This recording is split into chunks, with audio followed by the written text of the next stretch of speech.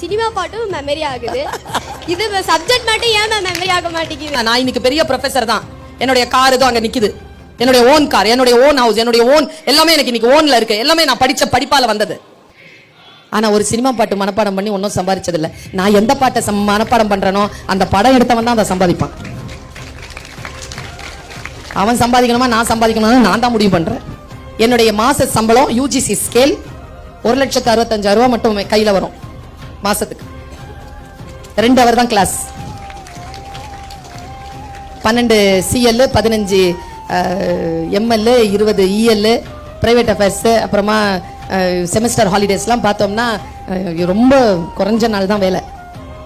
எது சினிமா பாட்டு மனப்பாடம் பண்ணி கிடைச்ச வேலை இல்லை, பாட மனப்பாடம் பண்ணி கிடைச்ச வேலை. இப்ப நான் அனுபவிக்கிறேன். நீ இப்போ சில விஷயங்களுக்கு நோ சொல்லு, புரியுதா? நான் என் வாழ்க்கையில் இப்படித்தான் இருக்க வேண்டும் என்று நான் முடிவு செய்கின்ற பொழுது என் மனதை நான் நிறுத்துகிறேன். ஆர்வம் எங்கே போகிறதோ அந்த ஆர்வத்தை கட்டுப்படுத்து குழந்தைய. நான் வந்து ரிலாக்ஸ் ஆகி ஒரு சில விஷயங்கள்ல என்ன அப்படியே தண்ணி மாதிரி இதை இந்த பாட்டில் இப்படி கீழே கொட்டிட்டேன்னு வச்சுக்கோங்க, ஃபுல் பாட்டில் அது பாட்டுக்கு ஓடிடும். அப்படி நிறுத்தணும் பாட்டில், மனசு அப்படி நிறுத்தணும். படிக்கும்போது அப்படி நிறுத்தணும்.